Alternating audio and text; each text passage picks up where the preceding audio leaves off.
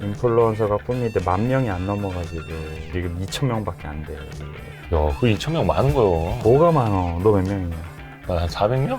인증샷 한번 찍어야지 하기 전에.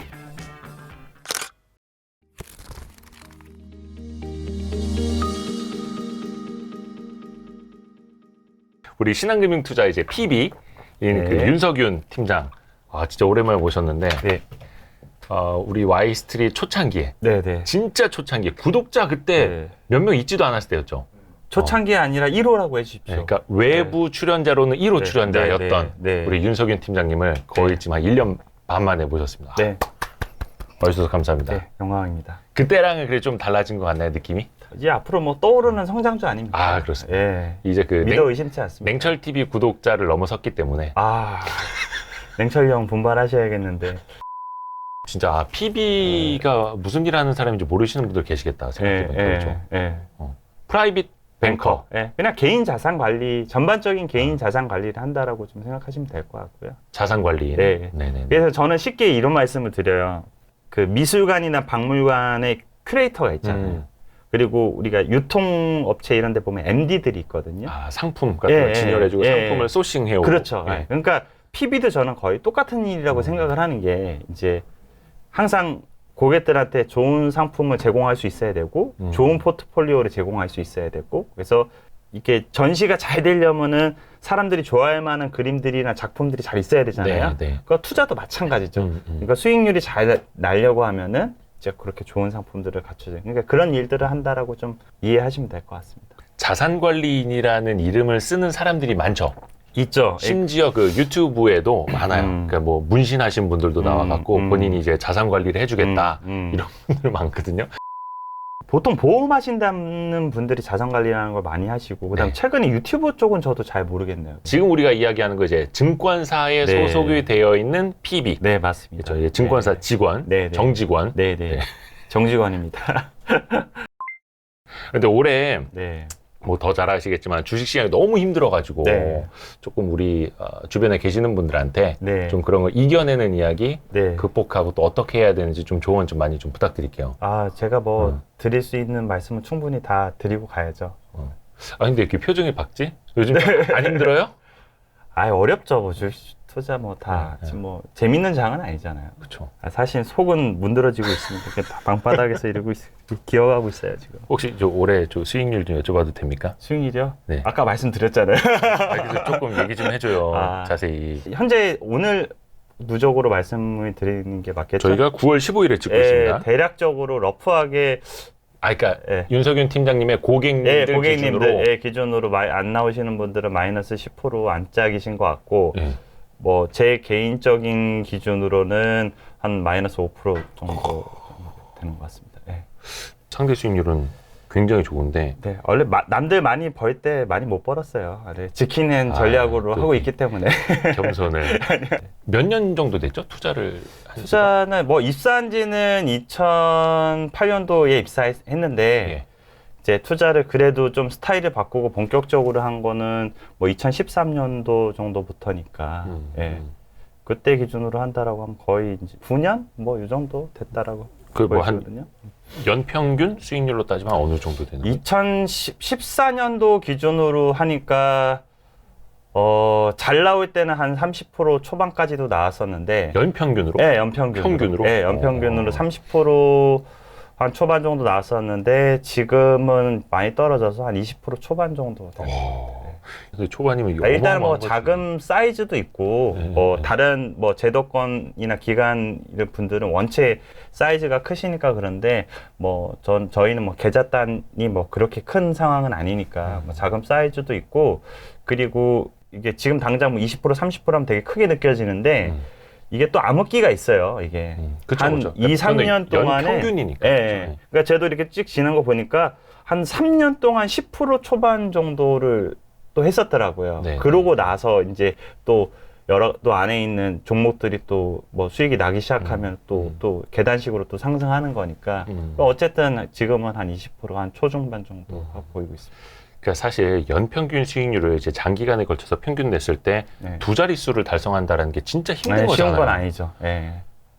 근데 이제 한 2020년, 2021년 초까지만 하더라도 네. 연평균 20%대 수익률이야. 그러면 사람들이 네. 다 웃었어. 네, 그렇지. 맞아. 1년 사이에 다 50%씩, 100%씩 내야 되는 거야. 네. 근데 지금에 와서 이제 다시 생각해 보면 네. 아, 그게 대단한 거구나. 네. 꾸준히 번다라는 게 대단한 거구나. 이거 요즘에 많이 아마 느끼실 거예요. 지속적으로 버는 게 제일 중요하죠. 그래서 이제 뭐 네. 복리 관련된 얘기를 많이 하는 게 그렇죠. 그게 당장은 별거 아닌 것 같지만 세월이 지나가면은 그게 상당히 크잖아요. 네.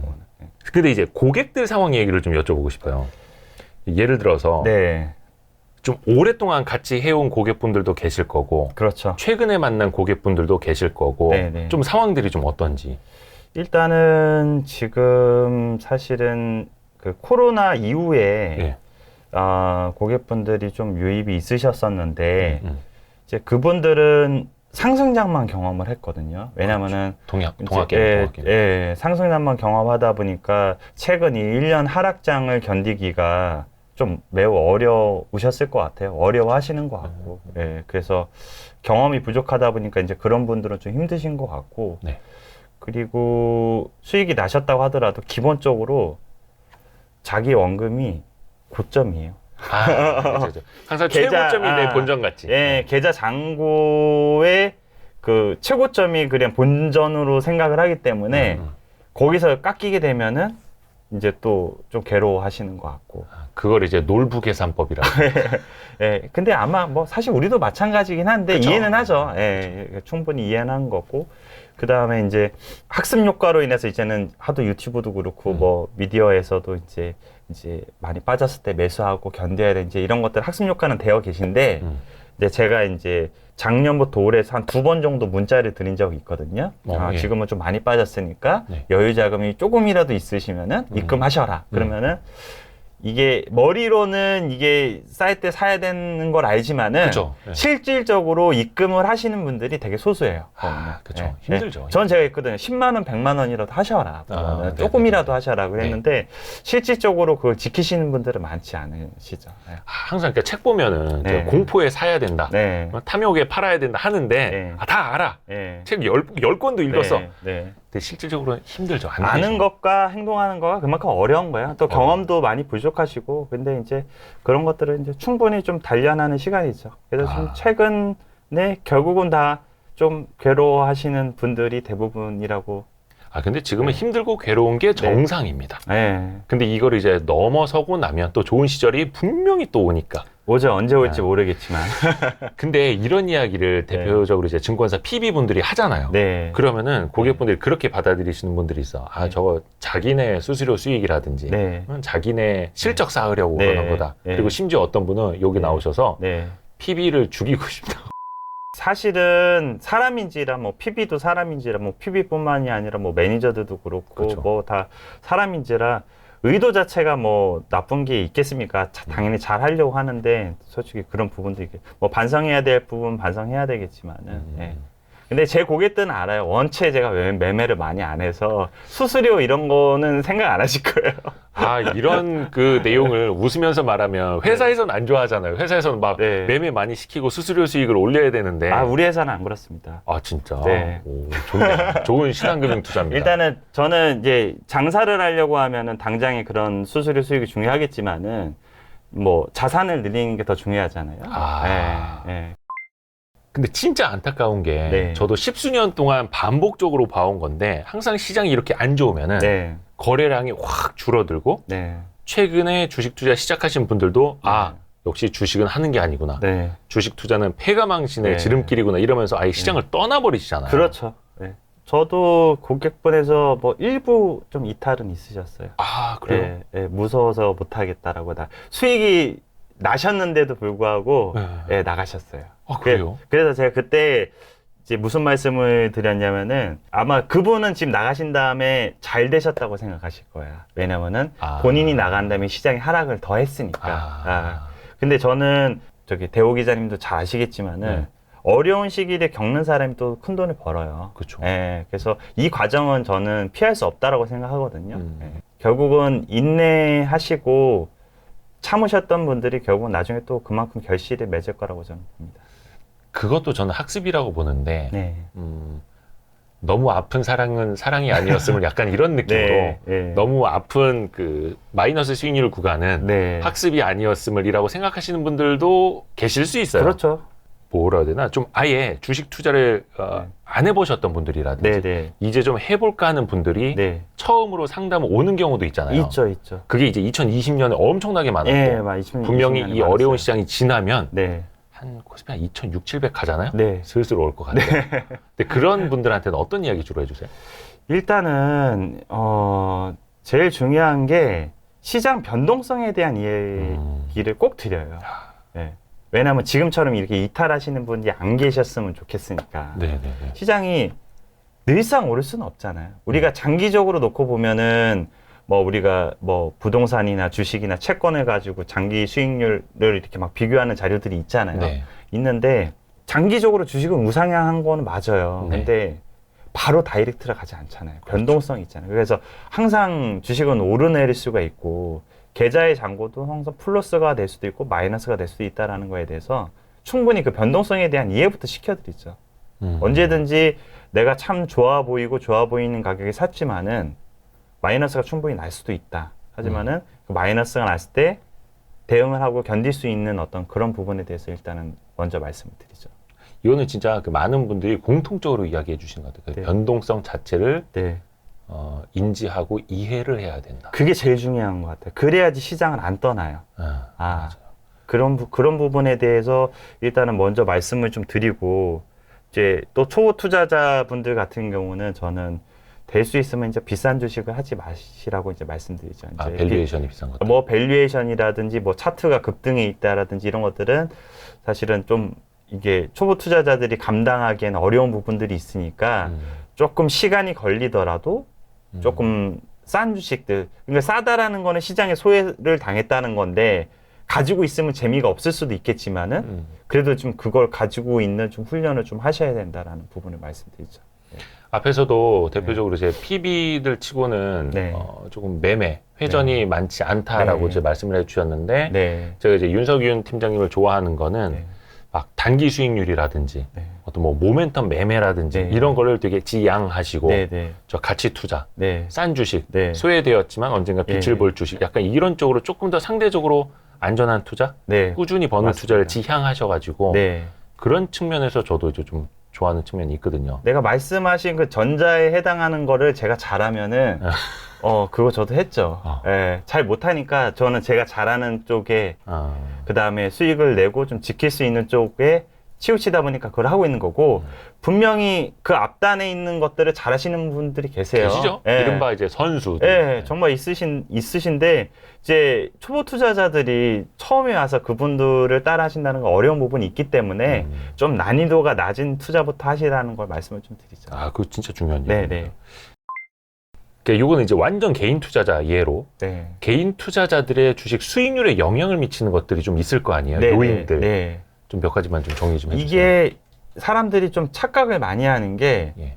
이 어디 가서 이제 금융업계에 있다라고 하고 증권사 PB라고 하면은 대부분의 질문이 뭐 사야 돼요? 라는 얘기거든요. 사는 것부터 물어보죠. 네, 뭐 어떤 거 사야 돼요? 근데 네네네.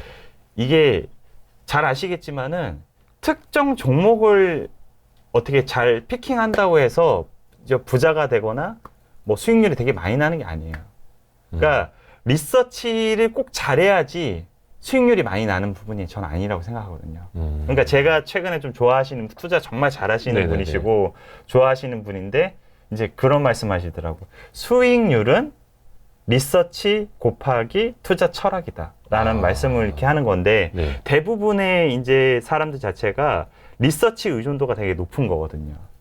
근데 아시겠지만은 리서치라는 것 자체가 아무리 잘하더라도 네. 변수가 많아요. 그럼요. 네. 주식은 상당히 복잡계인데 예. 아무리 분석을 잘하고 시간과 노력을 다했다고 하더라도 그 회사의 CEO도 주가 맞추기 어렵거든요. 그럼요. 예. 예. 그렇기 때문에 리서치도 되게 중요하지만은 리서치 말고 투자 철학과 관련된 부분들이 중요한 거죠. 투자 철학, 투자 자세, 뭐 이런 마인드. 것들, 마인드 이런 것들이 되게 중요한 거죠. 그래서 우리가 주변에도 투자 잘 하시는 분들 계시지만은 네. 딱 처음에 사가지고 바로 수익률이 50%, 100%, 200%, 300% 나시는 분들이 많지가 않아요. 거의 없죠. 거의 없죠. 예.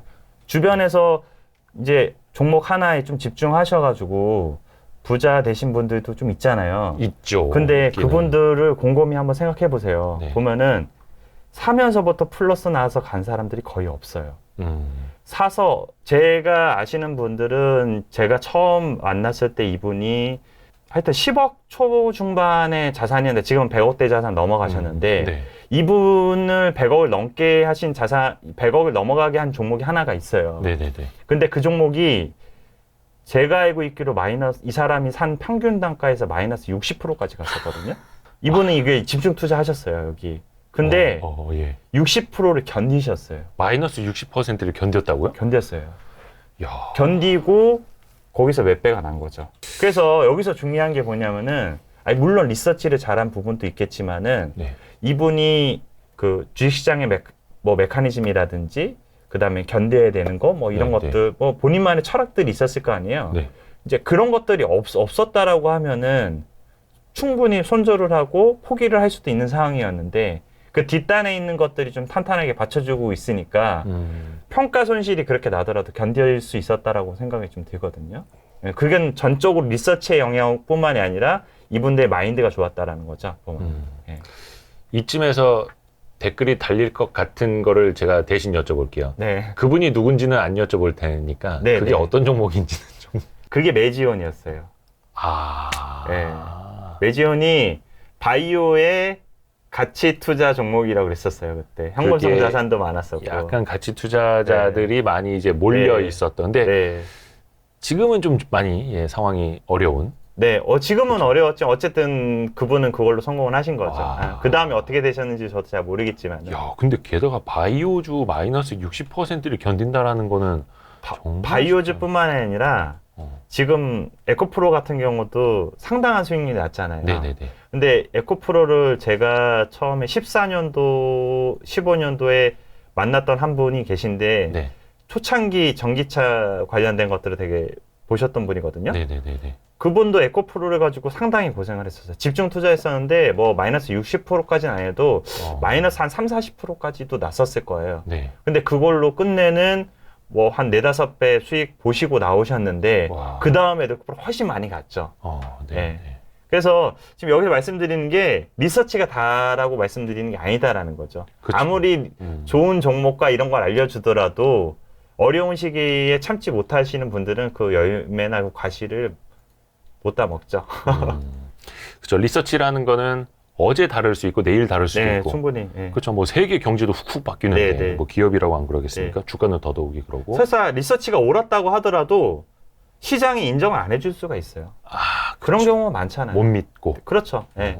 그래서 밸류에이션이 막 디스카운팅이 네. 되고 막 이럴 네. 수도 있고. 그런 그걸 부분들이 견뎌내야 있기 때문에 리서치에 대한 의존도에서 혹은 리서치에 대한 것만 너무 좀 집중적으로 생각하시기보다는 다른 뒷단에 있는 것들도 같이 좀 병행해서 같이 가셔야 된다라는 거를 너무 리서치 쪽으로 치우쳐서 하시면은 이제 본인이 지칠 수도 있고 맞아요. 또 너무 무리하다 보면은 너무 확실해가지고 배팅을 좀 심하게 했는데 좀 어려운 상황이 뭐 매크로가 안 좋을 수도 있고 기업에 또 다른 변수가 생길 수도 있잖아요. 그럴 때는 이제 어려워지는 경우가 있으니까 미리 알고 대응하자. 네, 그런 부분이죠. 말씀하신 것 중에 이제 투자 고수들 어떤 투자 철학, 마인드 네. 그리고 네. 분석의 깊이 이런 것도 있겠지만 네네. 주변에 이제 성공한 투자자들을 봤을 때 네. 진짜 이 사람들은 일반인들하고 이런 게 정말 다르다. 네네. 그런 것 좀 알려주실 만한 우리 거 있어요? 주변에 성공한 투자자들 꽤 있잖아요. 네. 한번 생각해 볼까요, 한번? 근데 네. 저는 네. 그거잖아요. 좀 성공한 사람들 위주로 만나서 인터뷰하고 네. 기사 쓰고 이러다 보니까 네네. 나만 빼고 다 성공한 것처럼 보여. 근데 저희도 만난 지가 꽤 됐고, 스터디도 네. 오래 했고, 그리고 우리 그때 당시 스터디에서도 되게 성공한 투자자들이 많이 나왔고 그럼요. 했는데, 이렇게 한번 보면은 어떤 특징이 있냐면은, 첫 번째는 우리가 앞단에서도 얘기했었지만은, 끝까지 포기 안 해요. 여기 얼마 전에 뭐 나오시고 했던 뭐 리스크 형님 같은 경우도 나오셨지만은, 임순기. 네. 네. 승기 형님이 늘 이렇게 잘 되신 건 아니었잖아요. 어려운 시기가 있었거든요. 저는 승기 형님이 되게 잘 되는 모습도 보고 어려운 시기도 봤는데 제가 그 리스크 형님을 존경하는 이유는 어려울 때 초심을 절대 안 잃어요. 오히려 공부 더 많이 하시고 탐방 더 많이 다니시고 그렇거든요. 약간 그 형님은 좀 부처님 같잖아요. 예, 예. 진짜 그런 것들이 좀 있고 우리 네. 또 냉철 형님도 있지만은 네. 냉철 형님도 멘탈로는 제가 볼 때는 업계 최강이거든요. 멘탈 갑이죠. 예, 그러니까 저도 어려운 시기 때 시장 어려운 시기 때 봤지만은 이 형님만큼 안 흔들리는 사람 없었거든요. 끝까지 포기한 이 손절 거의 잘 안 하잖아요. 웬만하면 다 아니 먹고 근데 나오고. 그 형님이 예. 짜증은 많이 내요. 아 짜증 많네. 짜증은 많이 내는 짜증 많네. 예. 신기해. 예. 그러니까 김종환 형님도 마찬가지고 음. 홍일영하고 약간 두 분이 성향이 되게 달라요. 음. 되게 다른데 유일한 공통점 하나 딱 찾으라면은 짜증을 많이 내. 근데 이게 투자의 그 판단 결과 이어지진 않아. 짜증은 짜증이고 내 결정은 결정이에요. 그렇다니까요. 김경일 교수님 말씀해 주신 거 있잖아. 네. 반응과 결정은 다른 거라고. 아 리액션은 리액션대로, 결정은 결정대로. 맞아, 맞아, 해야 돼. 맞아. 그게 되는 분들이 있더라고. 제가 볼 때는 어떻게 보면은 그렇게 말하면서 본인이 행동할 수 있는 거를 그냥 뭐 풀어버리시는 걸 수도 있어요. 보면은. 아, 예.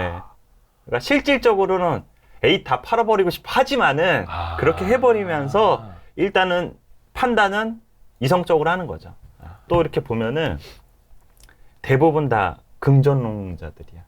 주식시장에서 예. 비관론자들은 거의 별로 없는 것 같아요. 제가 적어도 그 주식으로 해서 부를 읽으신 분들 보면은 비관적이신 분들 많지 않았어요. 거의. 결국은 언젠가 그래도 시장은 괜찮아질 거다라는 믿음을 가지고 하시는 거죠. 결국은 낙관론자들이 돈을 벌죠. 예, 예. 맞습니다. 그리고 또 특이한 거 있어요. 네네. 기본적으로 투자해서 돈 버신 분들 보면은 예.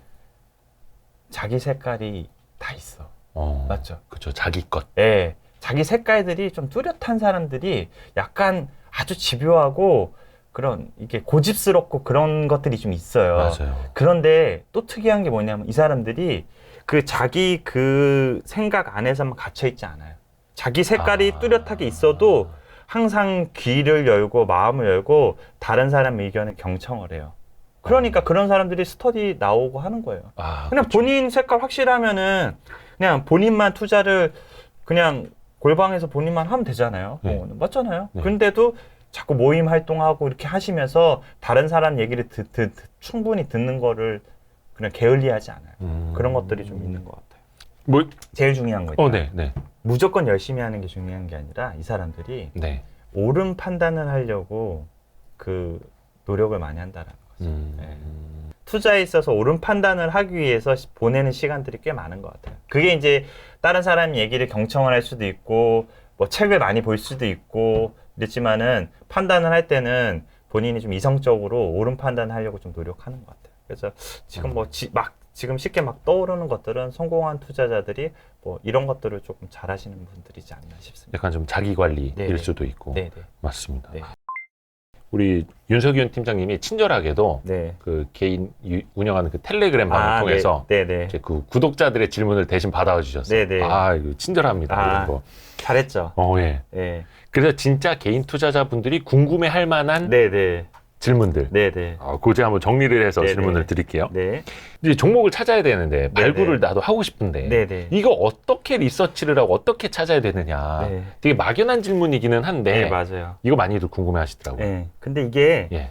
너무 광범위해요, 사실은. 네. 왜냐하면 주식 투자해서 돈 버는 방법이 뭐 한 가지만 있는 게 아니라 여러 가지인데 네. 그래서 너무 광범위한데 근데 어떤 마음으로 여쭤보셨을 거란 생각은 들어요. 그러니까 이제 막연하게 이제 입문하셨는데 이제 내가 어디서부터 공부를 하고 투자를 했냐 이걸 궁금하신 거잖아요. 네. 그래서 그냥 그런 의도로 여쭤보셨다라고 하면은 저는 그런 것 같아요. 그냥 일단은 좀 쉽게 할 수 있는 그 주식 스터디에 좀 들어가시면 좋을 것 같아요.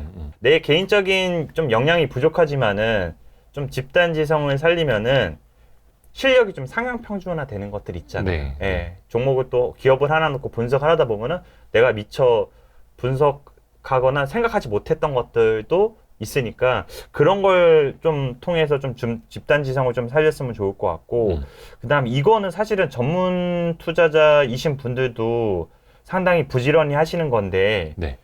그냥 최근에는 이제 미디어 상에서 되게 양질의 정보들이 저는 꽤 많다고 생각하거든요. 와이스트리트요? 단연 와이스트리트죠. 와이스트리트 같은 유튜브나 그 다음에 이제 뭐 텔레그램이나 그다음에 아직도 뭐 카페나 블로그 활동에서 되게 양질의 현업에 계신 분들이 올려주시거나 아니면 뭐 전문 투자자이신 분들이 올려주시는 그런 되게 좋은 것들이 그렇죠. 있어요. 그래서 이런 것들을 한번 쭉 스크리닝 한 다음에 한번 차트를 딱 보는 거예요. 근데 급등에 있어. 그러면 일단은 조금 걸러. 네. 왜냐면 어려우니까. 네, 네, 네. 근데 급등 안 하고 조금 횡보하고 있는 것들은 좀 추려서 공부해서 한번 따라가기 나쁘지 않을 것 같아요. 그런 식으로 골라보는 거. 그래서 당장 초보자들이 현실적으로 제가 뭐 책을 보고 무슨 데이터를 보고 이런 말씀을 드리는 게 아니라 좀 편안하게 쉽게 할 수 있는 거는 조금 남의 도움을 받아라. 주변에서 이제 그런 것들이랑 그다음에 미디어를 좀 활용했으면 좋겠다. 네, 그런 말씀을 좀 드리고 싶습니다. 근데 이게 네. 어떤 뭐 블로그라든지 그 전문가들이 분석해 놓은 거 네네. 쭉 보고 나서 네네. 급등해 있잖아요. 네네. 그러면 이거 빨리 봤어야 되는데 네네. 이걸 왜 이제 봤지 하는데 네. 글을 보고 나서 주가가 안 오르고 있어. 네. 그러면 이거 별로네. 네. 대부분 그런데 그런 거를 좀 공부를 해봐요. 왜 그러냐면은 전문 투자자들 같은 경우는 조금 시세가 난 다음에 이제 좀 매수를 했다고 하더라도 본인들이 사실 약간의 컨트롤할 수 있는 여지가 있어요. 왜냐면 기업도 좀 알고 시장도 알고 하니까 뭔가 아니다 싶으면 빠져나오기도 하는데 네. 일반 투자자들 같은 경우는 이제 막 배우려고 하는데 다 좋은 찬양 글만 많을 거 아니야. 네. 근데 딱 샀어. 근데 이미 지금 바닥에서 한 30% 올라와 있는데 주가 조정이 한 15% 20% 받았어. 네. 그러면 심리적으로 못 견디죠. 손절할 확률이 매우 높아. 예. 근데 손절하고 나면 또 그게 또 가거든. 예. 그러니까 이런 생리를 잘 모르시니까 네. 애초에 이런 거를 좀 제거하고 조금 편안한 거를 좀 해보시는 것부터 시작하시는 게 좋지 않겠냐. 네, 라는 말씀을 좀 드리고 싶습니다. 매수할 때 매도할 때 네. 이거 어떤 기준으로 판단하고 액션을 취해야 되는지 어떻게 해야 돼요? 매수매도 어떻게 해야 돼요? 이거는 기준이라고 하기에는 너무 많지 않나요? 상황이 상황이 너무 많고 네. 그래서 사실은 이게 되게 올드한 얘기지만은 매수매도는 그냥 분할 매수 하라고 말씀드리고 싶어요. 네. 아주 네. 설사 그 기본으로 종목이 예를 들어서 내가 좋아 보이는 A라는 종목을 샀는데 갑자기 VI가 걸려버렸어요. 네. 10% 15% 올랐어요. 그러면 비중 일부러 좀 팔아보는 거예요. 한 10%에서 20%, 뭐 30% 팔아보는 거예요. 그래서 그 종목이 다시 떨어지면 다시 채워보기도 하는 거고, 네네. 안 떨어지고 가면은 다른 종목 더 싼 거 사면 되는 거고. 그래서 그냥 분할 매도가 진짜 식상한 얘기지만은 초보 투자자들이 하기에는 제일 무난할 것 같아요. 차트를 보고 거래량 터지고 막 이런 것도 다양한 기법들이 있지만은 그게 워낙 상황마다 다 다르니까 그냥 애초에 나는 바닥에 살 수 없고 애초에 나는 천장에 못 판다라는 걸 인정을 하고 조금 평단가가 올라가더라도 매도 단가가 낮아지더라도 분할 매도 하는 것들을 좀 권장드립니다. 이게 크게 투자하지 않으시는 분들, 소액으로 하시는 네. 분들은 뭐 그래봐야 한 종목에 300만 원, 500만 원 투자할 건데 그걸 네. 무슨 분할 매수하고 분할 매도해요 이렇게 생각하시는 분들 계시거든요. 네. 근데 네. 나중에 이게 습관이 그렇죠. 되는 것 같아요. 맞아요. 그게 한 종목에 3천만 원, 네. 3억 이렇게 될 수도 있고 네. 그래서 사서 모으고 조금씩 나눠서 네. 팔고 이게 습관이 되면은 네. 그 리스크를 많이 또 분산을 할 수가 있잖아요. 맞아요. 그리고 나중에 내가 원하지 않았던 반대 방향으로 갔을 때는 네. 또 내가 선택을 할 수 있는 또 룸이 생기니까. 네. 저도 옛날에는 이거 분할 매도 잘 못했었는데 네. 해보니까 네. 이게 더 괜찮더라고. 이거 진짜 중요한 게 제가 알고 있기로는 우리 연기금 펀드 운용하잖아요. 네네네. 하는 건데 뭐 우리나라는 정확히 어떻게 전략 전술적으로 어떤 네. 식으로 운용하는지는 구체적으로 모르겠지만은 좀 잘하는 데가 캐나다 연기금이라고 그래요. 네. 거기는 철저하게 이걸 좀 지킨다고 그래요. 보면은. 그래서 전략적으로 예를 들어서 투자 자산이 뭐 주식, 채권, 뭐 대체 투자, 뭐 현금성 자산 이렇게 있다라고 하면은 그 중에서 그 비율을 뭐 25 가져갈 거 아니에요? 그걸 철저하게 지키는 거예요. 예를 들어 주식이 많이 올라가지고 비중이 25가 막 예를 들어서 30%가 됐다. 그럼 5%를 매도하는 거죠. 네네. 매도해서 더 예를 들어 채권이 빠져 있다. 25였는데 20이 돼 있다. 그럼 채권 사는 거고. 그래서 이렇게 하다 보면 되는데 제가 볼 때는 40년 연평균 수익률이 거의 10% 가까이 될 거예요. 연기금이 그 정도 된다는 거가 대단한 거거든요. 네. 그래서 일반 투자자들도 금액과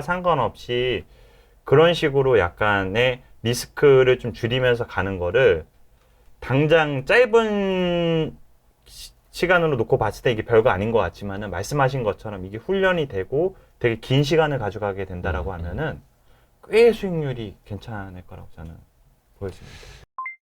또 초보 투자자들이 네. 본인의 어떤 투자 스타일을 어떻게 가져가야 할지 모르시는 분들이 계세요. 네. 조금 트레이딩이 더 나을지. 네. 물론 이제 상황 따라서 좀 달라질 수도 있는데 네. 아니면은 사서 버티는 바이 앤 홀드 전략. 요런 거 사실 이게 뭐 정답이 있다고 하기는 좀 어려운데 네. 예, 초보들을 위한 거라면 어느 쪽이 나을까요? 일단은 사실은 이 트레이딩이 저도 트레이딩을 안 하거든요. 약간의 네. 비중 조절 약간의 비중 조절하고 혹은 사실은 지금 같은 시기는 순환매가 빠르다 보니까 과거에 보다는 그래도 조금 작은 수익률에 좀 비중을 좀 줄이면서 다시 그 종목이 떨어지면은 사거나 아니면 다른 종목 사고 하는 것들은 좀 있지만은 막 이렇게 좀 막 이렇게 집중해서 막 트레이딩 매수 매도하고 이런 것들을 저 같은 경우 좀 잘 못하는 편이거든요. 잘 하시는 분들이 계시죠. 근데 일반 투자자들은 저는 트레이딩보다는 조금 약간 바이앤홀드로 가다가 아까 얘기한 것처럼 조금 급등이 나오면은 이제 분할 매도를 하고 급락이 나오면 좀 분할로 다시 좀 매수를 좀 더 해서 평균 단가를 낮춰놓고 이런 것들이 전략이 좀 맞을 것 같아요. 그래서 사실은 바이앤홀드 전략이 사실은 우리나라보다는 미국 시장 같은 데가 더 맞을 것 같긴 해요. 왜냐하면은 대표 종목이라든지 뭐 대표 ETF 같은 것들을 놓고 보면은 변동성이 적으면서 이렇게 시장이 효율적으로 반영해서 우상향하는 것들이 좀 있잖아요. 네. 근데 아직 우리나라 시장은 이제 볼륨이 좀 작다 보니까 사실 어느 정도 매매는 좀 필요하긴 하거든요. 네. 근데 초보 투자들이 너무 매매에 치우쳐서 하다 보면은 저는 실수가 많이 생길 것 같기 때문에 그래서 저는 좀 입문하시는 분들은 조금 충분히 시장의 메커니즘이라든지 이런 걸 이해를 해야 되니까 좀 시간을 버는 투자, 조금 천천히 조금 시세가 좀 천천히 반응하는 것들 이런 것들을 좀 경험을 충분히 쌓으시는 게 좀 중요하다고 생각합니다. 네. 빨리 부자가 되고 싶은데 그 지름길이 있지 않습니까? 바로 레버리지라는 거. 레버리지. 네. 그건 좀 어떻게 생각하세요? 레버리지 그 양날의 검이잖아요. 네네네. 그런데 기본적으로 사람은 본성 자체가 빨리 돈을 벌고 싶어요. 저도 그래요. 그렇죠. 네, 대호 기자님도 그럴 거예요. 맞죠? 네. 급해 죽죠, 아주 그냥. 네, 진짜 빨리 벌고 싶어요. 진짜로 그런 상황인데 이제 제가 좀 꿀팁을 하나 드리자면은 네. 계좌를 좀 두 개로 나눠요. 계좌를 두 개로 나눠서 이래서 뭐 1대 9로 나눈다든 2대 8로 나눠가지고 조금 뭐 8이나 9에 해당하는 것들은 레버리지 쓰지 말고 순수 그냥 현금 주식을 하는 거예요. 그리고 나머지 1, 2 혹은 많이 하면 3 정도에 대한 거는 레버리지를 풀로 한번 써보시는 거죠. 네. 이렇게 되면은 기본적으로 내가 레버리지를 쓰고 싶은 욕망을 일부 1, 2, 3에서 해소를 해요. 그리고 또 수익이 나면은 그래도 레버리지 썼기 때문에 현금만 썼을 때보다는 조금 더 그 계좌 이 기여도가 좀 높아질 수가 있잖아요. 혹은 또 내가 실수를 하더라도 크게 데미지가 없어요. 왜? 본진이 벌써 7, 8, 9에 해당하는 게 있으니까. 그러니까 이런 식으로 좀 하면서 경험을 충분히 쌓아가신 다음에 레버리지도 좀 잘 다룰 줄 아는 사람이 있어야 되거든요. 그래서 이렇게 하는 게 저는 되게 현명하지 않을까. 말 그대로 위험 관리를 하면서 위험 관리가 안 될 정도로 쓰는 거는 말 그대로 거의 막다른 길, 절벽 끝에서 하는 거니까. 그런데 이제 같은 계좌에서 쓰게 되고, 여기서 중요한 게 같은 계좌에서 쓰게 되면은 처음에는 위험 관리 한다고 10%, 20% 정도 비중만 쓰는데 나중에 점점 올라가. 이게 그래서 저는 계좌를 분리하라고 말씀드리는 거예요. 욕구 해소로 계좌가 적은 데서 하고 본진은 탄탄하게 좀 느리더라도 가져가면 심리적으로 안 쪼들리면서 갈 수가 있다. 뭐 예를 들어서 한 3천만 원 투자를 한다 그러면 2천만 원 정도는 레버리지를 쓰지 않는 쪽으로 놓고 한 1,000만 원 정도만 놓고 요걸로만 레버리지를 쓰면서 한 1,200~300만 원이라도 한 번씩 해보는. 저는 괜찮은 방법인 것 같아요. 그리고 자 요즘에 환율 때문에 지금 뭐 1,400원도 목전에 있고 막 이래가지고. 그러게요. 저희가 1,400원을 거의 또 보게 될 줄이야. 아니 그래서 지금 이제 해외 주식, 특히 미국 주식 하시는 분들 중에서는 분명히 저 주식이 빠진 것 같은데 환차익으로 수익률이 꽤 괜찮게 올라오고 이렇게 보이는 경우도 많거든요. 지금 일단 환율이 이렇게 좀 오를 때, 즉 원화 약세고 달러 강세일 때는 좀 어떻게 해야 됩니까? 그래서 전략적인 부분이 필요한 거예요. 우리가 이제 전략과 전술이 있잖아요. 네. 그리고 또 그런 얘기가 있잖아요. 우리 군대에서. 네. 우리가 전투에서는 패하더라도 전쟁에서는 이겨야 된다고 그쵸, 그러잖아요. 그쵸. 예. 그러니까 이게 왜 중요하냐면은 그래서 일정 부분 해외 주식 비중을 가져가는 게 되게 중요한 것 같아요. 그래서 뭐 아까 레버리지도 비슷한 개념으로 말씀드렸지만은 이런 부분에서 대응하기 위해서 뭐 국내 주식을 뭐 7로 가져가고 해외 주식을 3을 가져간다든지 혹은 자신 있으면 뭐 5대 5로 가져간다든지 네. 아니면 뭐 8대 2로 가져간다 이렇게 버리면은 일정 부분 그 환율에서 좀 커버가 되는 부분들이 있거든요. 네. 그리고 또 해외 주식 가지고 있으면 또 배당 같은 것들도 들어오는 것들이 있으니까 그런 배당이 들어오면은 그거를 또 환전해 가지고 많이 빠져 있는 국내 주식을 또 사면 되는 거고 네. 그 다음에 해외 주식에서 좀 이득이 나는 부분이 있으면 매도해 가지고 또 많이 환율도 저평가되어 있고 그 다음에 주식도 저평가되어 있을 때 그때는 좀 사는 방법이 있고 이게 이제 그런 부분으로 좀 하는 게 물론 뭐 환율에 따라서 환율 수혜주가 있고 피해주가 있고 뭐 이런 쪽으로 좀 신경 써서 매매를 할 수도 있겠지만은 그래서 해외 주식이 좀 필요한 것 같아요. 그래서 해외 자산이 좀 꼭 필요한 것 같아서 뭐 7대 3, 8대 2로 적어도 가져가면서 지금 이럴 때는 사실은 달러보다는 원화가 약간 또 매력적으로 또 매력적인 가격 구간이 왔잖아요. 아니 원화가 많이 싸져 있죠. 예, 싸져 있잖아요. 그래서 그런 부분은 좀 그런 식으로 대응을 하시면은 조금 더 여유롭게 가시지 않을까 싶습니다. 또 이런 질문도 있었네요. 초보 투자자들이 투자를 포기하지 않고 오래 할 수 있는 방법. 네. 아까도 이야기를 했지만 뭐 변동성에서 막 떨어져 나가거나 공포 장세에서 시장을 떠나지 않고 이 시장에 남아 있어야 하는데 이거는 어떻게 해야 될까? 막 심리를 제어해야 되나? 이게 제일 중요한 건 소액으로 시작하는 거가 되게 중요한 것 같아요. 아, 시작을? 네, 소액으로. 왜냐면 너무 많은 금액이 들어가기 있으면은 처음부터. 예, 이제 뭐든지 잘 되면 상관이 없는데 안 됐을 때 데미지가 크니까 일단은 경험을 많이 쌓고 나의 주식 투자의 어떤 그릇을 좀 키우는 게 중요하잖아요. 네. 그래서 소액으로 시작해서 땅을 한 평, 두 평 모으듯이 좋은 회사들을 좀 늘려가는 거다. 특히 이제 사회 초년생들 같은 경우는 시드머니가 작잖아요. 그렇죠. 또 급여도 적을 거고. 근데 한 달에 10만 원도 좋고 30만 원도 좋고 50만 원 좋고 이 돈 이거 투자해서 언제 하나라고 생각을 하지 마시고 해보시면 괜찮은 게 제가 자녀 계좌 같은 경우도 뭐 세뱃돈 받거나 추석 때 용돈 받으면 그걸로 사주고 있거든요. 근데 그게 나중에 되게 큰 돈이 돼요. 그 돈이 작은 돈이 아니야. 그쵸. 제가 저번에 한번 말씀드렸겠지만은 저희 회사에서 옛날에 해외 주식 소수점 거래를 해가지고 그 아들한테 테슬라 주식을 30만 원치 사줬어. 분할 전에 200불 때 19년도에. 우와. 그게 한 1200%, 1300% 났거든요. 30만 원에 300만 원 이상 된 거야. 그러니까 이게 그렇게 큰 돈이 된다니까요. 그래서 작은 돈이라고 무시하지 말고 그런 식으로 해가지고 소액으로 조금씩 좀 장기적인 마인드로 느리지만은 그렇게 좀 일단은 자산을 꾸려 나가 보시는 게 어떻나 싶습니다. 적립식도 좋고. 예, 좋죠. 충분히 좋죠. 좋습니다. 네.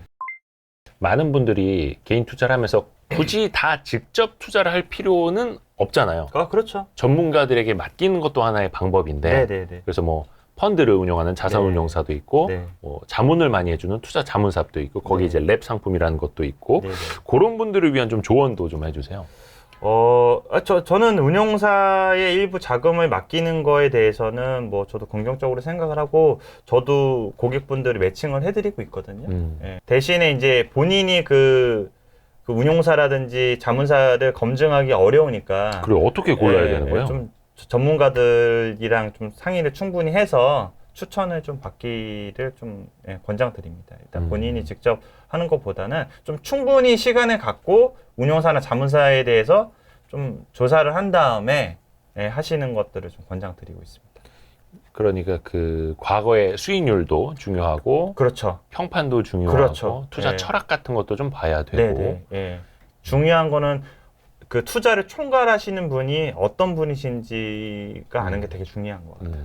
맞아요. 사실은 과거 수익률이 또 중요한 게 솔직히 과거 수익률이 미래 수익률을 담보하진 않지만 그래도 과거에 잘했다는 거는 미래에 잘할 확률도 높기 때문에 같이 또 봐줘야 되는 거고 그리고 또 그 운용사나 자문사마다 스타일들이 있거든요. 그렇죠. 그래서 그 스타일대로 충실하게 하는지, 그다음에 그 투자 헤드가 자주 바뀌는 데인지 아니면 계속 오랫동안 끌고 가는 데인지 오너십을 가지고 하는 데인지. 네, 그게 되게 중요한 것 같아요. 맞아요. 그래서 네. 약간 네. 모멘텀 투자도 잘하는 그런 뭐 자문사나 운용사 그럼요. 펀드 네. 그리고 좀 가치 투자 같은 걸 네, 하는 네. 펀드 약간 이것도 이제 그것도 분산을 해야 됩니다. 자금이 분산. 여유가 있으신 분들은 네. 분산하면 될 것 같아요. 그렇죠. 예. 그래서 가치 투자 베이스, 뭐 성장주 투자 베이스, 아니면 뭐 컨트나 알고리즘 베이스 이렇게 해가지고 좀 나눠서 하시는 것도 저는 괜찮다고 생각합니다.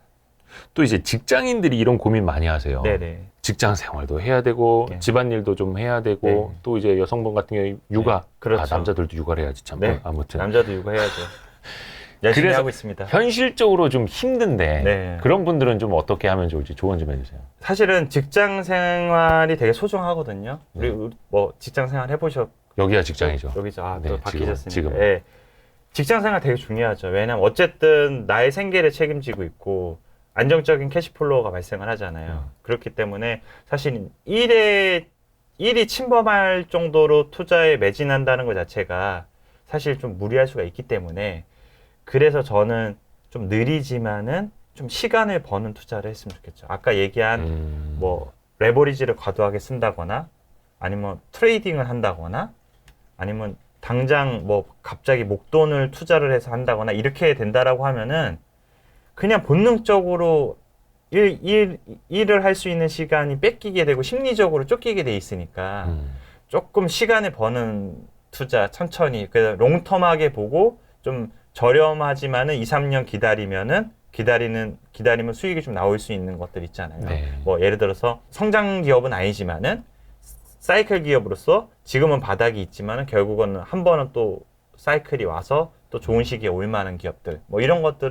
기업들을 좀 충분히 좀 추려서 그런 것들 좀 모아가는 것들 그래서 시간을 버는 투자 이렇게 좀 하면 좋을 것 같아요. 그래서 저는 직장과 투자를 그 두 마리 토끼를 다 잡아야 된다고 생각하거든요. 그래서 일단은 나중에 그래서 투자를 해서 어느 정도 그 자산소득이라든지 배당소득이 커지게 됐을 때는 네. 그때는 이제 다시 한번 고민을 조금 더 해봐도 되겠지만은 그 전까지는 직장인을 충실히 하면서 자기 페이를 올리는 것도 중요하잖아요. 그러면서 요 뒷단에 있는 사이즈를 계속 키워나가는 게 되게 중요해요. 또 많은 분들이 그 전업 투자자들에 대한 환상이 있습니다. 그렇죠, 있죠. 저도 있었어요. 아 그래요? 아 있었죠, 저도. 그러니까 증권사 직원들도 목표가 전업 투자였어. 증권사 직원들도 그래서 네. 퇴사를 하고 전업 투자 하시는 분들 많잖아요. 있죠. 네. 근데 전업 투자는 왜 안 하셨어요?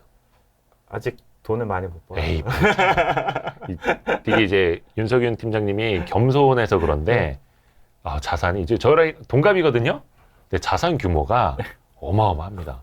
제가 한 10배 되잖아요. 아, 뭐 10배 돼요, 진짜로. 전업을 왜 안 하신 거예요?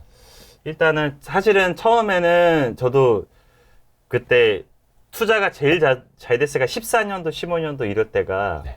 거의 계좌가 100% 이상씩 수익이 났으니까 그때는 하려고 했었어요. 약간 어깨에 힘 들어가죠, 이제. 들어갔지. 그래서 네. 여기서 조금 더 가면은 전업해야지 라고 생각을 했었었는데 네. 근데 저는 개인적으로 그 회사 생활이 주는 가치가 있다라고 생각해요.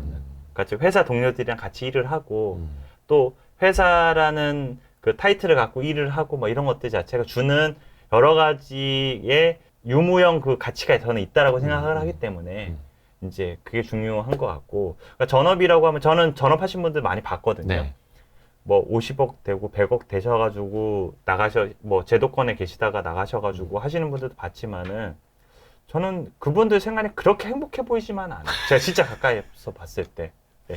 그분들 저 페이스북이나 인스타 보면 맨날 골프 치는 거 올리고 호텔 가서 밥 먹는 거 올리고 하잖아요. 근데 그게 뭔가 목마름이 있다라니까. 아마 그분들은 돈은 많아. 네. 하지만은 이제 사회적으로 뭔가 그런 것들을 하는 그런 거에 있어서 목마름이 저는 있을 거라고 생각을 하고 그리고 저 아시는 형님 같은 경우는 집에서 하셨는데 이제 자식들 보기에 조금 아빠가 맨날 집에 있어. 예, 있으니까 그래서 일부러 사무실 차려서 나오신 분도 계세요. 그렇죠. 그런 분들 있죠. 예, 그런 분들도 계시기 때문에 물론 되게 나가셔서 전업을 멋있게 하시는 분들도 계시지만은 나름대로 고충들도 충분히 있다라는 생각을 하기 때문에 저는 전업을 너무 빨리 하려고 하시지 마시고 좀 충분히 자산도 만드시고 전업을 했을 때 내가 생활비 이런 거 걱정하면 안 되거든요.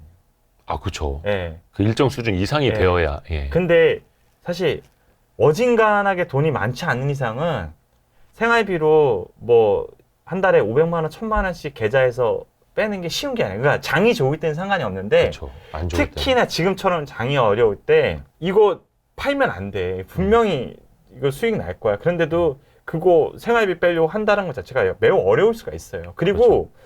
이게 투자라는 거는 심리적인 우위에 있으면서 이렇게 해야지 잘 되는데 마음이 편해야죠. 네, 어려워요. 마음이 일단 네. 편해야 되는데. 그래서 저는 전업을 만약에 하신다라고 하면은 투자뿐만이 아니라 저는 다른 파이프라인이 좀 있어야 된다고 해요. 그러니까 다른 사업 소득이 있다라든지 임대 소득이 있다라든지 이런 게 좀 커버가 되는 상태에서 전업을 하는 거에 대해서는 저는 되게 괜찮다고 생각하는데 아예 이런 파이프라인 없이 그냥 순수 전업을 하는 거에 있어서는 저는 조금 비추.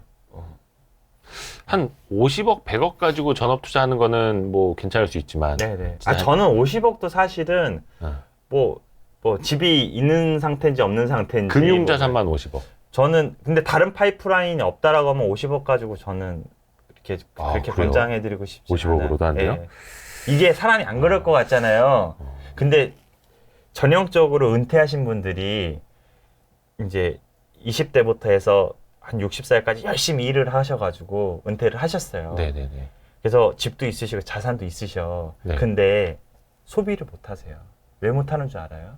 캐시플로가 더 없잖아요. 네. 자산이 아무리 있다고 하더라도 30억, 40억, 50억 있어도 네. 옛날만큼 그래도 월급이 있을 때만큼 혹은 사업 소득이 있을 때만큼 심적인 여유가 안 생겨요. 왜냐면 들어오는 게 없으면 네, 돈을 까먹는 거에 대해서 상당한 스트레스를 가지고 있는 거야. 30억에서 이제 마이너스 29억 몇천 이렇게 되니까 설사 50억에서 신기하네. 49억 뭐 9천만 원이 된다고 하더라도 그 스트레스가 있어요. 있기 때문에. 그래서 저는 뭐 50억, 100억이 중요한 게 아니라 일정 부분 뭐 임대나 사업의 다른 파이프라인을 통해서 적어도 이 주식 계좌에서 내 생활을 위해서 자금을 안 빼도 되는 그 정도로 좀 하시는 게 좀 좋을 것 같아요. 혹은 배당 받는 걸로 커버가 다 된다라든지 뭐 이런 쪽. 그 상황에 안 가봐서 모르겠는데 약간 한 103억 원으로 전업을 투자했는데 뭐 이것저것 쓰고 하면서 이제 99억 되면은 스트레스 엄청 받을 거예요. 사람이 미칠 수도 있을 것 받아요. 같다. 네, 진짜 받아요. 그게 인간입니다. 네, 그게 사람이에요. 아, 참. 근데 이제 전업 투자자들은 하루 종일 주식 공부를 하고 시세도 많이 보고 리포트도 많이 보고 세상 돌아가는 것도 더 많이 보는데 직장인들한테는 시간이 부족하다 보니까 내가 과연 저 사람들만큼 할 수 있을까라는 생각도 좀 할 수 있잖아요. 가능해요. 저는 뭐 자기 의지의 차이라고 저는 생각해요. 그런데 우리가 사실은 이 부분을 현실 인식을 해야 되는 게 우리가 근로소득으로 우리가 원하는 삶과 그 다음에 노후가 보장이 될까요? 절대 안 되죠. 안 되잖아요. 그리고 우리가 우리가 생애 주기적으로 보더라도 빠르면 20대 중반, 뭐 늦으면 30대 초반부터 해서 보통 뭐 60살까지 간다고 치면은 한 30년 정도 일을 할 텐데 100세 시대잖아요. 네. 그러면 은퇴하고도 40년을 더 살아야 되는데 우리가 일하는 시기보다 일 안 하는 시기가 더 많아. 그거에 대해서 저는 되게 인식을 해야 된다고 생각하거든요. 그래서 미리 좀 그런 부분에 대해서 현실 인식을 하고 좀 준비해가는 과정이 저는 필요하다고 생각해요. 그런 거를 생각을 한다라고 하면은 우리가 사실은 부를 누리려고 하면 사업이랑 투자밖에 저는 없다고 생각하거든요. 그러면은 그 정도 노력은 저는 해야 된다고 생각하거든요. 그러니까 일하는 시간 이외에 어느 정도 일정 부분 저는 사업은 어렵다고 생각하기 때문에 그렇죠. 그럴 바야 그냥 주식으로 부담 없이 조금씩 내 그 금융자산을 늘려서 나중에 그 자산소득이 근로소득을 이기는 그날까지. 그렇게 그런 자세가 저는 중요하다고 생각합니다. 되게 이상적이죠. 누구나 그렇게 꿈꾸죠. 아니 근데 저는 전혀 이상적이라고 생각 안 해요. 그래요? 예. 한번 생각해 보세요. 사회초년생 25살에서 30살부터 시작해서 60살까지 한다라고 하고 그래서 자기가 버는 그 캐시플로에 적어도 뭐 20%를 투자를 한다라고 하면은 이거 무시 못 해요. 전적인 얘기로 제가 아시는 분이 자식한테 증여를 해줬거든요. 네. 그때 당시 예전에 그 1,500만 원 증여를 했었는데 저는 그 1,500만 원 증여한 돈이 거의 10억 가까이 간 걸로 저는 지금 알고 있거든요. 근데 단 지금 20년이 채 안 됐죠. 네. 가능해요. 아 진짜 가능해요. 예. 그 저한테도 좀 네. 증여 좀. 그래서 저는 아이들 계좌로도 그렇고 맞아요. 해가지고 처음부터 이게 경제교육도 되잖아요. 그거는 그 자꾸 자식들을 공부 열심히 해서 노동자의 길로 가는 것만 알려주지 마시고 네. 사업가가 되고 투자가가 되는 것도 어렸을 때부터 그런 것도 알려주시는 게 되게 중요할 것 같아요. 네. 충분히 가능한. 사회 초년생들은 진짜 저는 무궁무진하다고 생각하는 게 아직 시간이 25년, 30년 남았는데 충분히 가능하지 않겠습니까? 그거는? 요즘에 그 개인 투자하시는 분들도 네. 블로그 운영하시는 분들 많잖아요. 네네. 막 그런 글 쓰는 거나 네네. 기업 분석하는 거 보면은 네. 와, 수준들이 네. 장난이 아니에요. 뭐 물론 그 저도 현업에 그래요. 있어서 네. 전문적인 지식이 있는 분들도 있지만 네네. 여러 가지 뭐 정보들 막 외신들도 검색을 해서 네. 막 이렇게 모으시는 분들도 상당하거든요. 네. 근데 그런 거 보면은 네. 어떤 분들은 와 대단하다 하는 네. 분들도 있고 어떤 분들은 네. 주눅이 듣는 분들도 네. 있거든요. 네. 아, 저 정도는 해야 되나 보다. 네. 난 어떻게 해야 되지? 약간 네. 이런 생각? 근데 아까 말씀드렸는데 예. 그분들의 글들을 이렇게 놓고 보면은 이제 궁금한 게 과연 그분들이 또 투자 수익률과 그 자기 그 자료의 그 퀄리티와 투자 수익률과 비례할까를 놓고 보면은 저는 한번 생각해 볼 필요성이 있다고 생각해요. 이거 뼈 때리는 이야기입니다. 예, 이거. 진짜로. 그래서 분석력이 예. 수익률을 네. 보장하진 않는다. 보장하지 않아요. 그래서 네. 제가 앞단에 말씀드린 게 네. 본인이 그런 리서치 능력이 좀 떨어지더라도 사실은 리서치는 조금 오랫동안 열심히 하면 저희가 뭐 투자업에 종사하지만은 자동차 엔지니어야. 반도체 전문적으로 일을 이 사람들보다 잘 알 수는 없어요. 네, 그렇죠. 하지만 그 사람들보다 투자로 인해서 자동차 반도체에서 수익률을 더 올릴 수가 있어요. 왜? 우리는 시장의 메커니즘을 이해하고 있고 울발은 애티튜드를 갖고 투자에 대한 애티튜드를 갖고 있기니까. 그래서 그런 거에 너무 주눅들지 마시고 활용하시면 되잖아요. 제가 볼 때. 잘 그런 나 대신 그런 분석을 충분히 잘 해주셨으니까 반대로 그런 잘 분석된 것들을 한번 재검증해보는 것들도 한번 훈련을 해보시고 그리고 그거와 별개로 인해서 제가 말한 투자 철학, 투자 구조 그다음에 투자의 자세 이런 것들을 좀 익혀서 투자의 그릇을 키우는데 좀 시간을 좀 할애를 하는 게 저는 좋다라고 생각합니다. 네. 진짜 좋은 말씀입니다. 네. 그러니까 분석 잘해서 돈 많이 벌면 네. 애널리스트들이 나와가지고 투자하면 세계 1등 해야지. 회계사분들 돈 다 잘 벌고 변호사 하시는 분들 다 잘하시고 다 하셔야죠. 똑똑하시고 다 얼마나 많은 걸 아실 텐데 그냥 그게 이어지지가 않거든요. 맞아요. 그러니까 투자 수익률은 네. 지능지수나 네. 이런 거랑도 별로 상관이 네. 없고 그래서 큰 돈 버신 분들 보면은 의외로 네. 디테일이 좀 떨어지는 분들도 네. 계시더라고요. 그렇죠. 하여튼 요즘에 개인 투자자분들도 똑똑한 분들이 많아가지고 직접 탐방 다니시는 분들도 많고 네. 특히 이거 뭐 크롤링이라고 하는 직접 네. 이제 프로그래밍을 하시는 네. 분들이 수출입 데이터 같은 거 막 자동으로 네. 긁어오기도 하고 막 엑셀 네. 정리 정말 많이 하시는 분들도 있거든요. 네. 네. 그걸 보면은 한 10년 전만 하더라도 수출입 데이터 그 HS 코드 따가지고 맞아요, 투자하는 맞아요. 사람들이 정말 몇 없었어. 몇 없었죠. 저희 처음에 13, 14년도 스터디 초기할 때도 네. 그게 이런 걸 뭐야? 얘기하면은 뭔가 되게 신세계였고 되게 뭐 있어 보이고 이런 상황인데 지금은 원체 좀 많이 대중화됐죠. 네. 다 관세청 저기 네, 자료 보고 맞아요. 있고. 그리고 요새는 그 자문사나 운용사들도 그 데이터를 가지고 비즈니스를 하더라고요.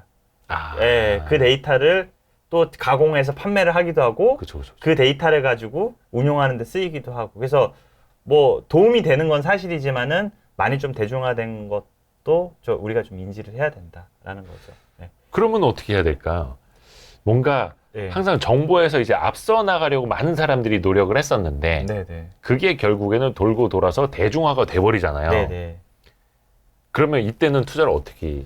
그럼 옛날 같이 우리가 뭐 사실 탐방을 가서 내부 정보를 먼저 안 다음에 선취매를 하고 그런 수출 데이터를 알아서 먼저 매수하고 이런 거 자체가 뭐 도움이 안 된다라고는 얘기는 못 하겠지만은 네. 그냥 현실을 좀 그냥 인식하고 그거 보고도 저는 살 기회 충분히 줄 수도 있다라고 생각하거든요. 어떤 거 보면은 공시 나오고도 이거 되게 괜찮은 공시인데도 늦게 반응하는 것도 있잖아요. 네. 그리고 수출 데이터가 나와서 되게 좋은데도 시장이 오히려 역으로 빠지는 경우도 있어요. 최근에 뭐 지금 뭐 임플란트 관련된 것들도 수출 데이터가 되게 좋았는데 뭐 중국 그 VBP 영향으로 인해 가지고 오히려 그 주가가 역으로 떨어졌거든요. 네. 그러니까 저희는 그런 기회를 조금 정보를 늦게 얻더라도 그런 기회를 좀 잘 살려서 투자를 하면 될 것 같아요. 데이터는 거짓말을 하지 않잖아요. 네. 하지만 시장의 오해로 주가가 오히려 역으로 갈 때 매수 진입 시점으로 그런 걸 잡는 훈련을 좀 해볼 수는 있는 거잖아요. 예. 그렇죠. 예, 혹은 이제, 나도 이제 그런 정보를 좀 잘 얻기 위해서 좀 노력할 필요성도 있는 거고, 그리고 투자 사이즈가 있으신 분들은 직접 정보를 한번 사보실 수도 있는 거잖아요. 자문을 받아가지고. 예. 그래서 그렇게 활용을 하시면 된다고 저는 생각합니다. 아, 우리 또 윤석윤 팀장이 부동산 투자를 또 잘합니다. 모르겠고 제가 잘하는 게 아니라 따라 샀어요. 따라 샀어요. 아, 실제로 이런 질문도 네. 들어왔어요. 네. 부동산 자산은 좀 어떻게 투자하고 어떻게 관리해야 할까? 저는 그러니까 금융 투자도 하면서 네, 그렇죠. 부동산 투자도 하면서 그 피터 린치가 그런 얘기 했잖아요. 내 집 하나는 꼭 있어야 된다. 약간 좀 안정감. 네. 그러니까 저는 거주 목적으로서 내 집은 꼭 있어야 된다고 저는 생각을 해요. 사실은 집만 내 집이면은 네. 사실 특별한 직업이 없다고 하더라도 쿠팡하고 편의점 알바하고 어떤 일용직 하더라도 생활하는데 전혀 문제가 없어요. 요새는 뭐 많이 급여가 올라갔잖아요. 본인만 열심히 부지런히 한다라고 하면 얼마든지 살 수가 있거든요. 그러니까 집 하나가 있으면 네. 물론 그게 은행 집일 수는 있는데 네. 빚이 많이 없다라는 전제 하에 뭐 은행 집이라고 하더라도 내가 그거를 레버리지도 샀을 거 아니에요. 결국 감당할 수만 있다라고 하면 그건 거주 비용으로 봐야 되잖아요. 렌트 비용으로 봐야 되는 거니까. 네. 그래서 내 집 마련은 꼭 하셨으면 하는 바람이죠. 혹시 부동산 시장 전망도 하십니까? 지금 이제 집 가지신 분들이 좀 힘들어 하잖아요. 이제는. 지금 힘들어 하시는 분들은 비싸게 사시는 분들이 힘들어 하시는. 최근에. 네. 그러니까 사실 저 같은 경우는 뭐 잘 아시겠지만은 처음에 집 계약했을 때가 2014년도거든요. 네. 네, 그때는 막 미분양 나는 것들 많아요. 지금처럼 미분양 나올 때 이제 시작이에요. 네, 동호수 골라서 샀거든요. 그리고 그 다음에 또 샀던 거는 건설사가 가지고 있는 것들이 있었어요. 네. 네, 시행사나 건설사가 가지고 있는 물, 회사 보유분을 그렇죠. 회사 보유분. 그냥 원가로 뭐 사고 이랬었거든요. 네네. 네, 그렇게 한 상황인데, 근데 지금은 이제 금리가 올라가다 보니까 이제 그 금융 비용이 많이 올라가다 보니까 그거 감당하기 어려우신 분들이 좀 많이 힘들어하고, 그리고 이제 높은 가격에 사다 보니까 호가가 한 2, 3억만 낮춰줘도 가슴이 벌렁벌렁 거리실 텐데, 근데 그거 좀 극복하셔야 되지 않을까요? 보면은. 제가 볼 때 웬만한 사람들은 그래도 금융 비용 그거 견딜만 하시니까 사셨을 것 같긴 한데, 예.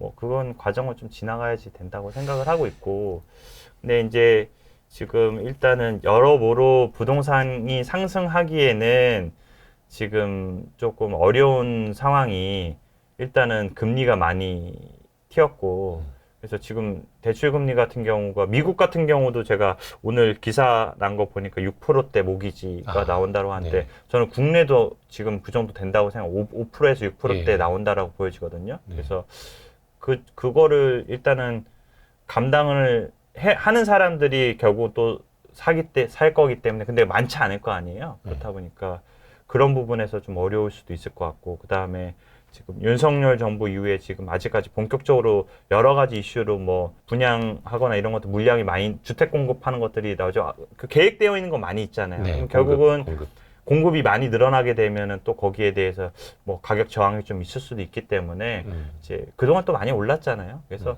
조금 충분히 조정을 받거나, 그러니까 가격 조정, 기간 조정 받는 시간은 좀 충분히 좀 있을 수도 있다라고 생각합니다. 그때까지 이제 주식으로 많이 벌어서 네네. 부동산 가격이 싸졌을 때 네. 다시 부동산을 많이 좀 사야 길게 되는데. 보면은 건설 건자재 주식을 사서 그 돈으로 수익 낸 거를 나중에 집을 살 때 쓰셔도 도움이 되지 않을까. 공급이 늘어날 테니까. 네, 공급이 늘어나서 가격이 조금 합리적인 수준으로 어느 정도 조정받으면은, 예, 그때 이건 전체적인 얘기인 것 같고, 케이스 바이 케이스로는 지금은 신규 주택 들어가는 것들은 사실은 가격이 원체 올라와 있으니까 부담스러울 수는 있을 것 같고, 자금 여력이 좀 있으신 분들은 뭐 재건축 좀 노려보는 거 괜찮으실 것 같아요. 또 정부에서도 이제 재건축은 굉장히 이제 활성화하려고 하다 보니까. 결국 특히나 지금 심각한 게 서울이 노후화 주택이 많이 있는 네. 많잖아요. 네. 많이 있는 상황이고 결국은 저는 어느 정도 규제는 풀 거라고 저는 보여지거든요. 그리고 지금 뭐 급등했던 원자재 이런 것들도 어느 정도 가격을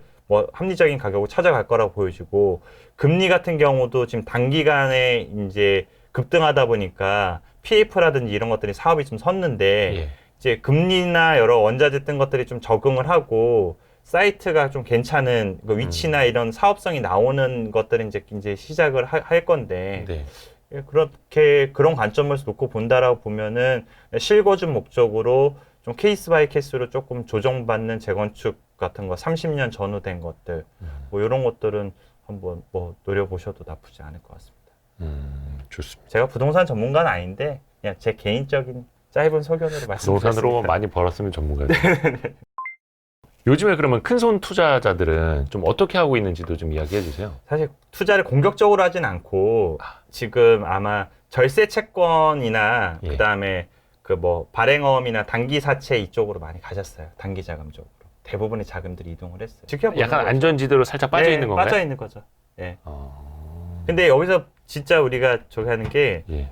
이분들은 되게 그 VVIP들이라고 하시는 되게 많은 자산을 가지신 분들은 항상 얘기하지만은 공격적인 플레이를 안 하세요.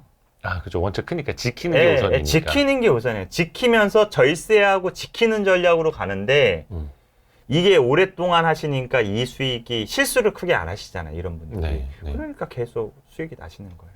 그래서 그러면, 우리가 일반 투자자들도 반드시 아셔야 되는 게 저 사람들은 돈 많으니까 막 이렇게만 하지 마시고 그 사람들의 어떤 그런 것들을 조금 따라갈 수 있는 부분은 따라가는 게 되게 중요한 것 같아요. 그러면 VVIP는 그 정도라 치고 네네. VIP 정도도 이제 건너뛰고 네네. 아니면 그냥 퍼스니면 어렵다. 근데 어쨌든 지금 주식시장으로도 신규 자금 유입이 안 되고 있어요. 그렇죠. 네. 지금 고객 예탁금도 거의 한 51조 원대로 확 줄었더라고요. 네, 신규로 유입이 안 되고 있어요. 근데 아주 장기적으로 보면은 그래서 저는 권장드리는 게 분할 매수도 매수하는 속도를 조금 길게 가져가시면은 괜찮을 것 같아요. 왜 그러냐면은 사실 지금도 찾아보면은 뭐 성장이 그렇게 막 드라마틱하게 나오진 않지만은 퍼가 1, 2, 3대이면서 PBR이 0.56대인 기업들이 꽤 있고 거기에 배당까지 있는 기업들이 꽤 있거든요. 분명 그건 아마 사이클 산업일 거예요. 네, 그 맞아요. 정도면. 네, 그래서 사실은 지금은 사실 지금 시기는 돈을 버는 플레이를 한다라고 하면 본인이 힘들 수가 있어요.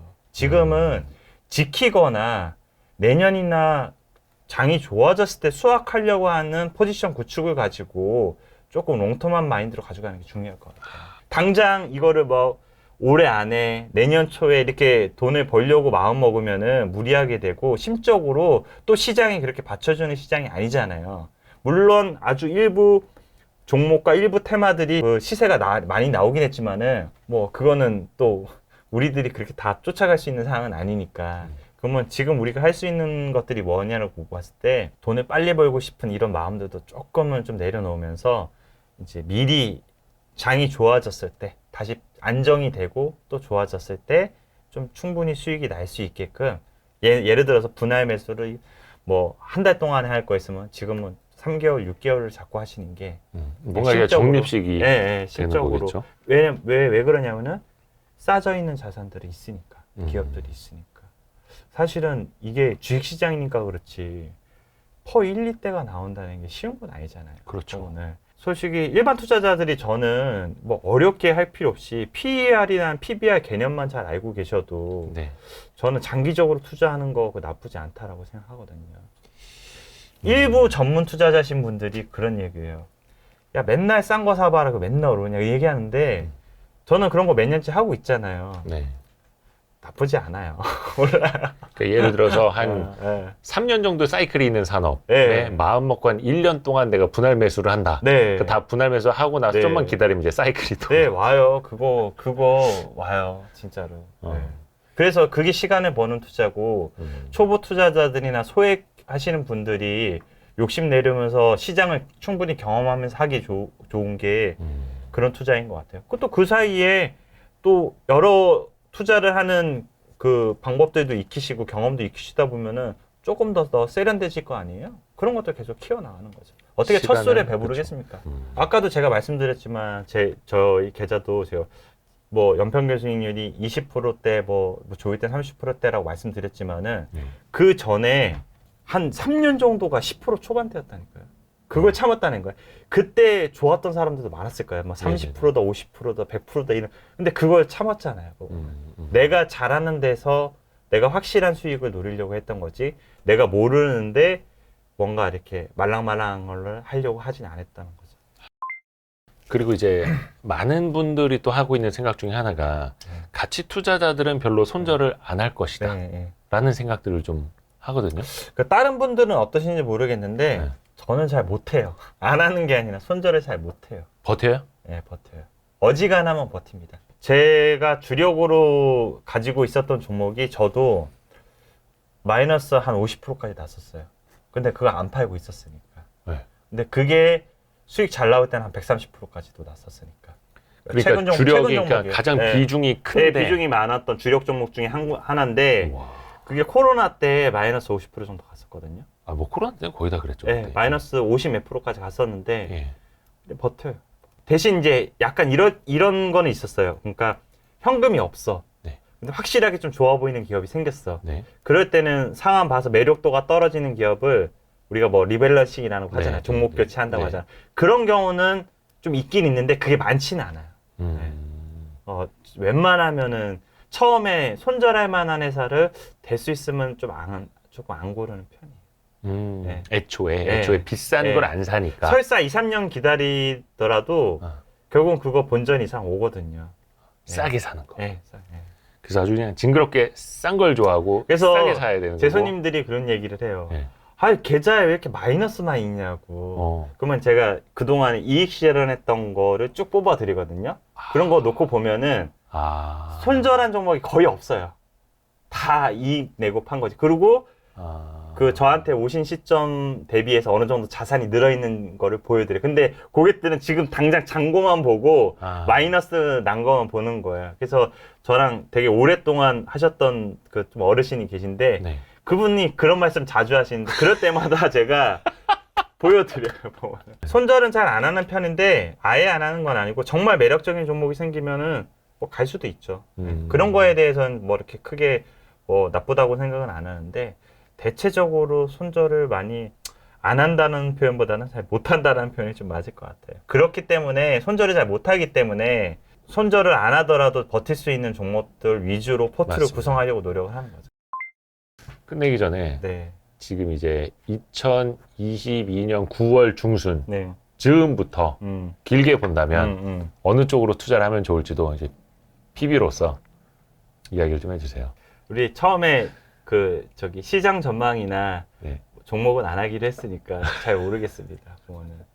근데 이제 아까 지금 제가 하고 있는 작업은 예. 정말 징그럽게 팔 사람 다 팔고 나간 종목들이 좀 보여요. 빈집. 예, 정말 빈집. 야, 이거 전문용어로 빈집털이라고 하는 거. 그래서 특정한 섹터가 아니기 때문에 그런 기업들은 좀 유심히 보고 있는 기업들이 좀 있습니다. 그러니까 개별 기업도 보이기 때문에. 그야말로 완전 소외당하고 네. 있지만 네네. 턴어라운드가 네. 기대가 되는. 네. 뭐 여기서 하반 경직은 확실하면서 뭐 업사이드가 어느 정도 있을지 모르겠지만 그래도 수익을 낼 수 있는 그래도 연평균 15에서 20% 내는데 그래도 도움을 줄 수 있는 기업군들을 조금 추려서 계속 좀 보고 있죠. 하반 경직성도 네. 들어갔는데 내가 네. 1, 20%또 물리고 시작할 수도 근데 있는 중요한 게 네. 괜히 어설픈 밸류에이션과 어설픈 위치에 있는 것들을 들어가게 되면 시장이 불안정하기 때문에 네. 만약에 여기서 더 어려워지게 되면은 견디기가 어려워요. 중요한 거는 내가 이 종목과 이 포트를 유지하면서 끌고 가야 되는데 그래서 지금은 많이 벌기보다는 오히려 더 지금일수록 지키는 전략으로 저는 가야 된다고 생각하는 게 여러 가지 대외적으로 지금 글로벌 상황도 그렇고 국내 상황도 그렇고 불확실하고 지금 사실은 또 시장을 되게 비관론적으로 보시는 분들도 많고 그런데 그렇다고 해서 시장 비관론자들이 지금 많다고 하고 매크로 보시는 분들이 안 좋게 본다고 해서 우리가 투자를 접을 수 있는 건 아니잖아요. 네, 네. 그렇기 때문에 사실은 우리가 할 수 있는 게 뭐냐를 놓고 봤을 때는 우리가 뭐 IMF가 다시 오고 서브프라임이 오더라도 내가 안 팔고 버틸 수 있는 종목들 위주로 가져가려고 노력하는 게 되게 중요한 것 같아요. 또 한 번 큰 네. 충격이 오더라도 네. 내가 안 팔고 함께 네. 갈 수 있는 기업. 네, 그게 오히려 저는 더 중요하다. 왜 이미 시장 예측을 못 한다라고 인정을 저는 해버렸기 때문에 네. 나도 모르겠다 시장 진짜 어떻게 될지 언젠간 잘 될 거라고는 생각은 하지만은 어떤 충격이 있을지 모르니까 그렇다고 해서 내가 이걸 팔고 현금 투자를 실 수는 없으니 그냥 탄탄한 기업들 가지고 가겠다. 이게 제 전략입니다. 그래서 오늘 신한금융투자 잠깐만 어느 지점이었죠? 강남금융센터입니다. 강남금융센터에 네. 윤석윤 PB팀장 네. 나와서 친절하게 우리 구독자분들의 질문까지도 네. 받아주셔가지고 네. 너무 감사드립니다. 저도 오랜만에 나왔는데요. 네. 뭐 충분히 말씀을 드렸을지 모르겠지만 앞으로도 최선을 다하겠습니다. 또 항상 이렇게 겸손하고 네. 진심을 다해서 일을 하고 있는 윤석윤 팀장님. 네. 또 종종 모시겠습니다. 네, 수고하셨습니다. 감사합니다. 네.